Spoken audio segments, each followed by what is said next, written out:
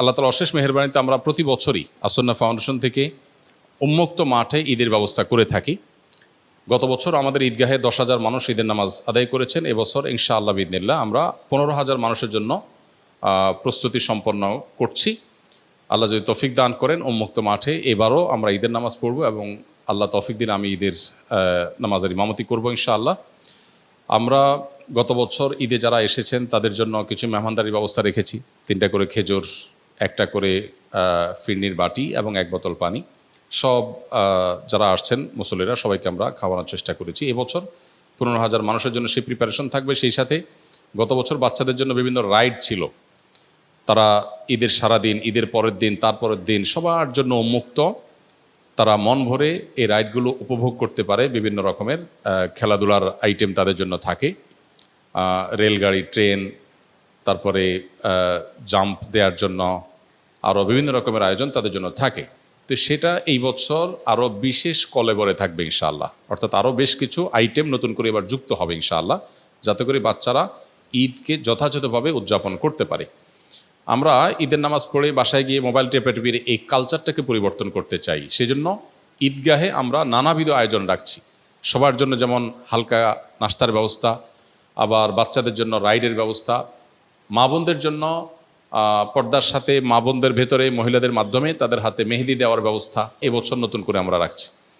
তো আমাদের উদ্দেশ্য ঈদকে সত্যিকারের ঈদে পরিণত করা। এখন দুর্ভাগ্যজনক বাস্তবতা হলো যে গ্রামে হোক শহরে হোক ঈদ হয়ে গেছে আমাদের মসজিদে গিয়ে কোনো রকম ঈদের নামাজটা পড়ে বাসায় এসে মোবাইলে ফেসবুকে স্ক্রল করা। এটা আসলে প্রকৃত ঈদ হতে পারে না। ঈদ উপলক্ষে আত্মীয় স্বজনের বাসা বাড়িতে যেমন যাওয়া দরকার, আনন্দ ভাগাভাগি করা দরকার, মোবাইলের স্ক্রিনের বাইরে এসে ঈদটাকে উপভোগ করা এটা আমাদের প্রত্যেককে চেষ্টা করতে হবে। বাচ্চাদের জন্য দেখা যায় দুর্ভাগ্যজনক যে ঈদের দিনও তারা ট্যাব নিয়ে, মোবাইল নিয়ে গেমস, কার্টুন ইত্যাদিতে ব্যস্ত থাকে। এর চেয়ে বড় দুর্ভাগ্যজনক আর হতভাগ্যজনক কী বিষয় হতে পারে? তো এই বিষয়টিকে মাথায় রেখে মূলত আমরা সুন্নাহ ফাউন্ডেশন থেকে উন্মুক্ত মাঠে ঈদগাহের এই আয়োজন এবং ঈদগাহকে, ঈদের আয়োজনটাকে প্রাণবন্ত করার জন্য শিশু বান্ধব, নারীদের জন্য উপযোগী, পুরুষদের জন্য আলাদা ব্যবস্থাপনা, এই সব কিছুকে আমরা ঈদকে কেন্দ্র করে প্রতি বছর করে থাকি। এবছরও 2026 সালে ইনশাআল্লাহ আমরা সে ব্যবস্থা রাখছি। এবছর আমাদের ঈদগাহে আল্লাহ তা চাহেন তো ঈদের নামাজ হবে 7:30টায়, সকাল 7:30টায় ইনশাআল্লাহ আমরা ঈদের নামাজ আদায় করার ঘোষণা দিয়েছি। অতএব যারা অংশগ্রহণ করতে চান দূর দূরান্ত থেকে তারা আগে ভাগে চলে আসবেন ইনশাআল্লাহ উন্মুক্ত মাঠে ঈদের নামাজ আদায় করার জন্য। আর যারা বিভিন্ন এলাকাতে ঈদের নামাজ পড়বেন, আপনাদের প্রতি আমার উদাত্ত আহ্বান, ঈদের নামাজ আপনারা উন্মুক্ত মাঠে করার চেষ্টা করবেন যথাসম্ভব, মসজিদে না করে উন্মুক্ত মাঠে। আমাদের দেশে একটা ভয়াবহ বাজে প্রবণতা দেখা যাচ্ছে। সেটা হলো যে যেই এলাকাতে কয়েকটা গ্রামের মানুষ একটা বড় ঈদগাহে ঈদের নামাজ পড়তো, সেখানে এখন দেখা যায় সবাই যার যার মসজিদে আলাদা ঈদের জামাত করে। এটা প্রশংসনীয় কোনো উদ্যোগ না। ইসলাম চায় যে ঈদের নামাজ হবে কেন্দ্রীয়ভাবে, অর্থাৎ অনেক ছোট ছোট এলাকার মানুষ একটা বড় জায়গায় একত্র হয়ে ঈদের নামাজ পড়বে। এতে ঈদের সৌন্দর্য পূর্ণরূপে প্রকাশ পায়। ইসলাম আমাদেরকে দেখুন পাঞ্জেগানা 5 ওয়াক্ত নামাজের কনসেপ্ট বা বিধান যেটা দিয়েছে, এখানে ছোট্ট একটা মহল্লার মানুষের দিনে 5 বার দেখা হয়। জামে মসজিদের যে ধারণা ইসলাম দিয়েছে, আমাদেরকে বিধান দিয়েছে, সেখানে কি হয়, ছোট ছোট মসজিদের মুসল্লিদের আর একটু বড় পরিসরে দেখা হয়। সপ্তাহে একদিন জুমার দিন কয়েকটা ছোট ছোট মহল্লার মানুষ একটা বড় মসজিদে মিলিত হন। আর ঈদগাহে সারা বছর যাদের সাথে দেখা হয় না, বছরে ঈদগাহে 2 ঈদে তাদের সাথে দেখা হয়। তো এই ধারণাটাই আমরা পরিবর্তন করে ফেলছি, ক্ষুদ্র ক্ষুদ্র ছোট ছোট প্রচুর পরিমাণে জামাত করে ঈদের সৌন্দর্যটাও নষ্ট হয়ে যাচ্ছে। তো এই জায়গাটাতে আমাদের বিশেষভাবে মনোযোগ দেওয়া দরকার। দুর্ভাগ্যজনক বাস্তবতা হলো অনেক সময় দেখা যায় মসজিদ কমিটির লোকজন নিজেরা আলাদা চাঁদা তুলবেন, আলাদা টাকা কালেকশন করবেন, নিজেরা সভাপতি সেক্রেটারি হবেন, নিজের মসজিদ থাকতে সভাপতি সেক্রেটারি থাকতে আরেকজন ঈদগাহে গিয়ে নামাজ পড়ে মুসল্লি হিসাবে, এটা তো মানজ্যতের হ্যাম্পার মনে করেন। খুবই দুর্ভাগ্যজনক বাস্তবতা।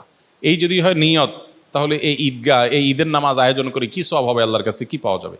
এই জন্য আমরা চেষ্টা করব ইনশাআল্লাহ যতটুকু সম্ভব কেন্দ্রীয়ভাবে বা বড় পরিসরে ঈদের নামাজ আয়োজন করা, এবং মসজিদে নয় মাঠে ঈদের নামাজের ব্যবস্থা করব। হ্যাঁ, ঢাকা, চট্টগ্রাম শহরে এলাকা যেখানে আসলে পর্যাপ্ত মাঠ নাই, সেখানে আপনি মসজিদে ঈদের নামাজ ব্যবস্থা করেন। অনেক জায়গায় আবার আরেক কাজ করা হয়, রাস্তা দখল করে ঈদের নামাজ পড়ে। রাস্তা যদি এমন হয় যে প্রাইভেট রোডের মতো, যে এটাতে কারোর অসুবিধা হবে না, বিকল্প ব্যবস্থা আছে, তাহলে নিরুপায় হিসাবে আপনি রাস্তায় দাঁড়াতে পারেন। কিন্তু অনেক সময় দেখা যায় যে একেবারে গুরুত্বপূর্ণ রোড মাথা ব্লক করে দিয়ে সেখানে আপনি নামাজ পড়ছেন না, এটার জন্য তো আপনাকে শরীয়ত পারমিশন দেয়নি। আপনি মানুষের চলাচলে ব্যাঘাত সৃষ্টি করবেন। নবী সাল্লাল্লাহু আলাইহি ওয়াসাল্লাম বলেছেন, ইয়াকুম আল জুলুস আলা তারিক, তোমরা রাস্তায় বসবে না, রাস্তা দখল করবে না। তো এই বিষয়গুলো আমাদের মাথায় রাখা দরকার। আসুন্নাহ ফাউন্ডেশন থেকে আমরা যে ঈদ আনন্দ আয়োজন, শুধু ঈদের নামাজ না, কমপ্লিট প্যাকেজ রেখেছি। আমার বিশ্বাস দেশের প্রত্যন্ত অঞ্চলে অনেকেই চেষ্টা করলে এরকম আয়োজন করতে পারেন, যে ঈদ শুধুমাত্র নামাজ পড়ে বাসায় গিয়ে মোবাইল টিপা নয়, বরং ঈদ হলো আনন্দ ভাগাভাগি করা, বাচ্চাদের আনন্দ, মেয়েদের আনন্দ, পুরুষদের আনন্দ, সবার আনন্দ শরিয়ার সীমার মধ্যে থেকে পূর্ণরূপে উপভোগ করা হলো ঈদ।